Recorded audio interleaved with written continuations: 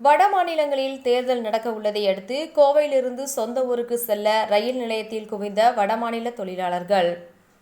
வடமாநிலத்தில் நடக்கும் தேர்தலில் வாக்களிக்க வேண்டிய கோவையில் உள்ள தொழிற்சாலைகள் கட்டுமான பணிகளில் பணியாற்றி வரும் சுமார் 50,000 வடமாநிலத்தவர்கள் சொந்த ஊருக்கு சென்றுள்ளனர்.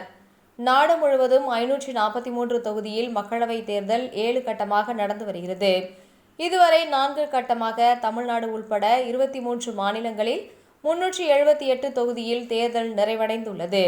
இதனைத் தொடர்ந்து 5வது கட்ட வாக்குப்பதிவு உத்தரப்பிரதேசம், மகாராஷ்டிரா, மேற்கு வங்காளம், பீகார், ஒடிசா உள்ளிட்ட 8 மாநிலங்களில் மற்றும் யூனியன் பிரசாத் பிரதேசத்தில் 49 தொகுதிகளில் இன்று நடக்கிறது.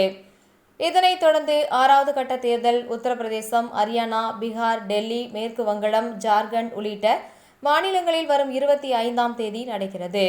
இந்நிலையில் 5வது மற்றும் 6வது கட்ட தேர்தலில் வாக்களிக்க வேண்டிய வடமாநில தொழிலாளர்கள் பலர் தங்களின் சொந்த ஊருக்கு பயணம் மேற்கொண்டுள்ளனர்.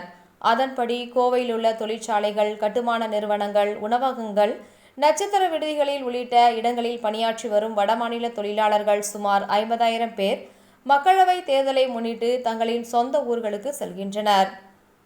வரும் 25ஆம் தேதி நடக்கும் மக்களவை தேர்தலில் வாக்களிக்க வேண்டிய வடமாநிலத்தை சேர்ந்த தொழிலாளர்கள் பலர் குடும்பத்துடன் கோவை ரயில் நிலையத்தில் குவிந்தனர். பின்னர் அவர்கள் ரயில் மூலம் தங்களின் சொந்த ஊருக்கு புறப்பட்டு சென்றனர்.